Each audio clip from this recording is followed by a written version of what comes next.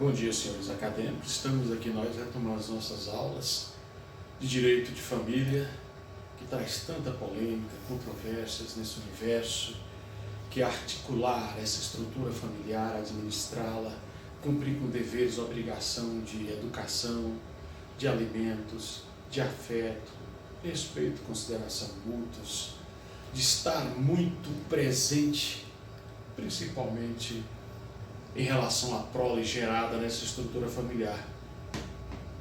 Inicia-se, portanto, essa discussão sobre o exercício do poder familiar, que um dia era de exclusividade do pai.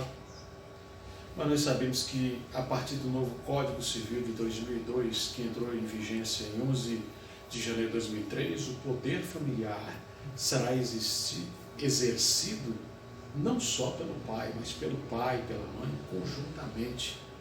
Há um exercício concomitante do pai e da mãe, mesmo quando estão separados e que ainda possuem ou detêm essa condição de conviverem de algum modo ali na guarda compartilhada.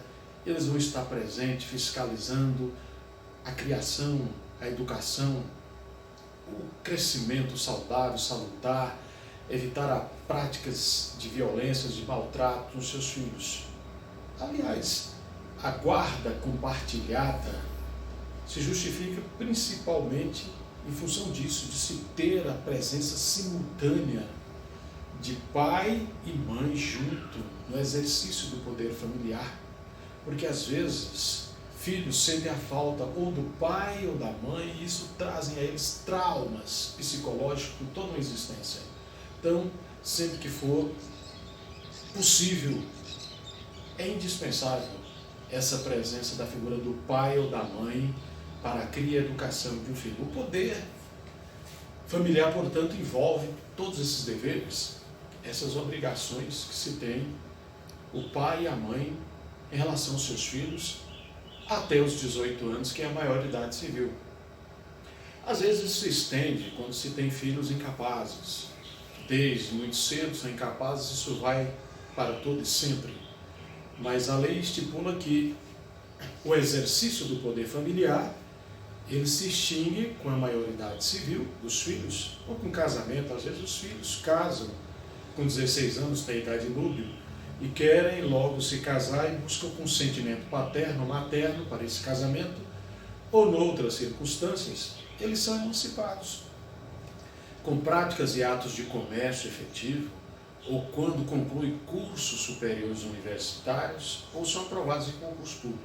Então, esses atos emancipatórios também retiram essa responsabilidade dos pais no tocante ao exercício do poder familiar, porque com a emancipação atingiu-se a maioridade. Mas, enquanto isso, são deveres muito claros, expressos na legislação do pai, não só a obrigação alimentar, a educação, o afeto, o lazer, as práticas esportivas e até mesmo religião para o contexto dos filhos, a fim de ver essas crianças, esses adolescentes, se estruturarem da melhor forma possível para chegarem à sociedade na condição de crianças, adolescentes bons, com formação do caráter, para que a nossa sociedade não enfrente pessoas desestabilizadas emocionalmente, psicologicamente.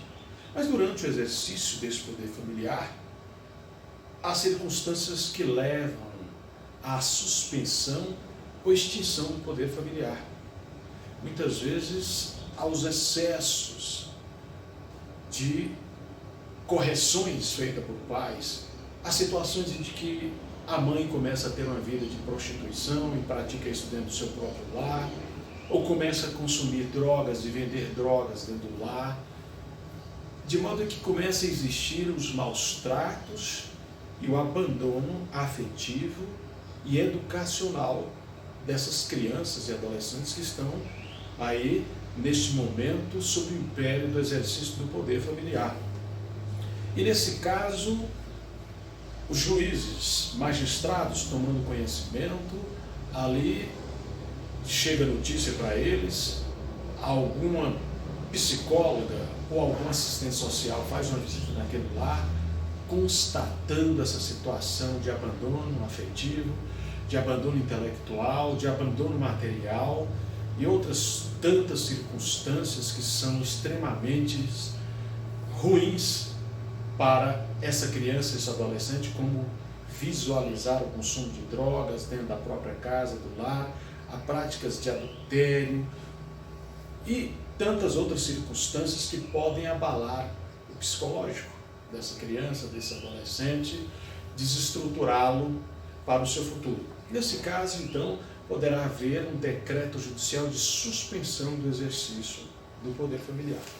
Mas, havendo situações mais graves, o poder familiar poderá ser extinto.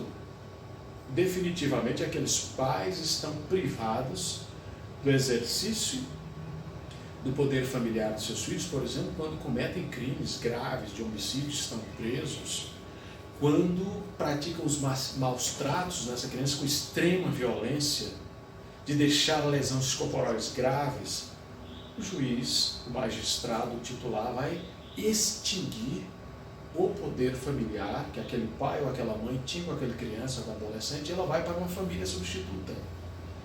Vai, portanto, ter aí ser instaurada uma ação de destituição do poder familiar, citando os pais biológicos, para se defenderem.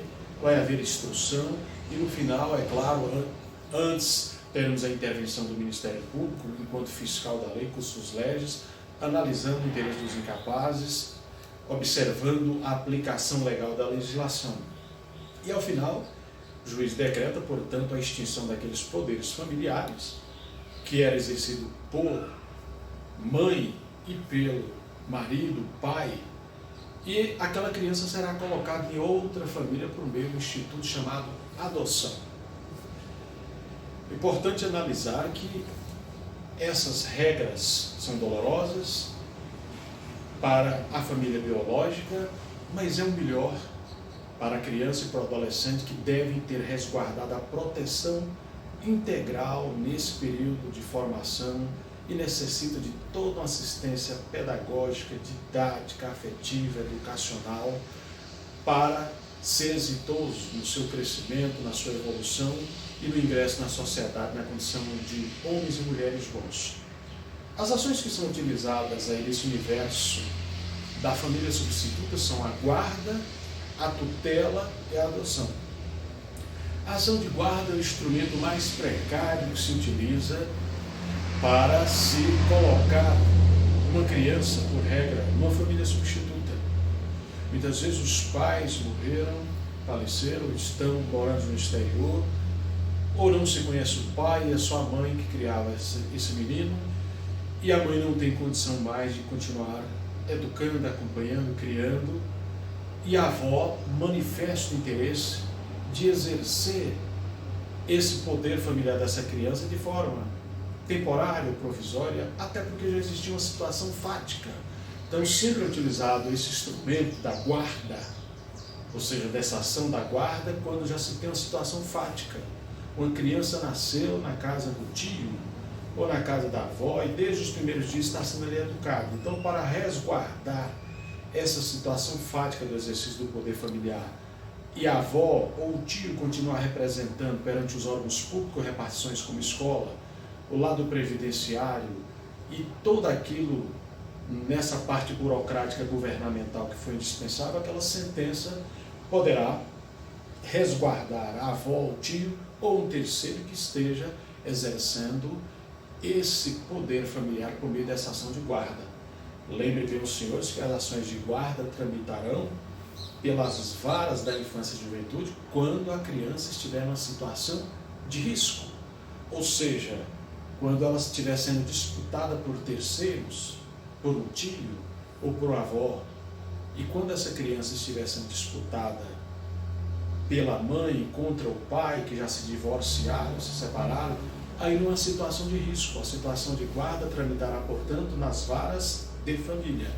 Mas nós temos esse universo da ação chamada adoção, que uma vez extinto o poder familiar, a pessoa irá exercer essa adoção. nem sempre a adoção se inicia por aí. Nós teremos circunstâncias outras em que o processo de adoção se inicia com um procedimento familiar de habilitação ou inscrição para adoção nas varas da infância e juventude. Nós temos a nova lei de adoção, que cria aí este banco de pessoas, cadastro nacional de pretensos adotantes, e ele circula em todo o país, em todos os estados e municípios, de casais ou de pessoas, porque a adoção pode ser unilateral, que possuem a pretensão de adotar alguma criança. Mas a adoção não se dá apenas em relação à criança ou adolescente, até em relação aos maiores. Nós sabemos que a adoção de maiores tramita exclusivamente nas varas de família. Já a adoção de crianças, de adolescentes, tramitará no juizado, nas varas da infância, do juizado e juventude, ou seja, nas varas da infância e juventude. É lá que é o local apropriado. Então, feito esse processo prévio de habilitação ou de inscrição para a adoção, a pessoa nesse momento carreará para esse processo administrativo seus documentos. Declaração de rendimentos, declaração de endereço, declaração de idoneidade de suas pessoas. Nesta ocasião, as partes poderão optar pelo sexo, pela cor, pelo domicílio da pretensa criança ou adolescente que irá ser adotada. Nesse momento não há aspectos discriminatórios, porque os adotantes ou o adotante ou a adotante está querendo aproximar ao máximo aquela criança ou crianças aos seus vínculos consanguíneos, ou seja, a sua imagem corporal, as suas características de afeição ou expressão, de cabelo, de cor, de olhos. Então, a pessoa tenta aproximar o máximo as suas características físicas. Por isso se entende que ela tem essa liberdade de escolher não só a cor de cabelo, dos olhos, da pele, a idade, o sexo, que isso não haveria nenhum contorno discriminatório. Mas lembro-te aos senhores que com a nova lei de adoção, há a chamada adoção ampliada. Hoje, se alguém pretende adotar uma criança, e essa criança já tem mais 2 irmãozinhos lá na fila para adoção, ela terá que levar os 2 outros irmãozinhos à chamada adoção ampliada, para não gerar tantos distúrbios afetivos e psicológicos no caso dessa separação de um dos irmãos dos demais nessa adoção. Outra mudança sensível que trouxe a nova lei de adoção é o caráter subsidiário às adoções internacionais. Por muito tempo, chegou-se à conclusão que as adoções internacionais utilizavam as crianças brasileiras para exploração dos seus órgãos. Ou seja, às vezes tinha uma criança lá na Europa, nos Estados Unidos, que precisava de um rim, de um fígado. E a criancinha brasileira que era adotada como mula cedia isso. E essas crianças, é claro, cresceram, se tornaram homens e voltam para o Brasil e percebem que no seu corpo tem uma cirurgia. E elas não entendem por que foi feita essa cirurgia. Aí descobrem que perderam um dos órgãos. Por isso o legislador colocou a adoção internacional de caráter apenas subsidiário, ou seja, apenas quando não houver nenhuma família brasileira no cadastro de adoção ali habilitada para fazer a adoção, é que essa criança poderá participar desse pleito de adoção internacional. A gente volta logo na sequência.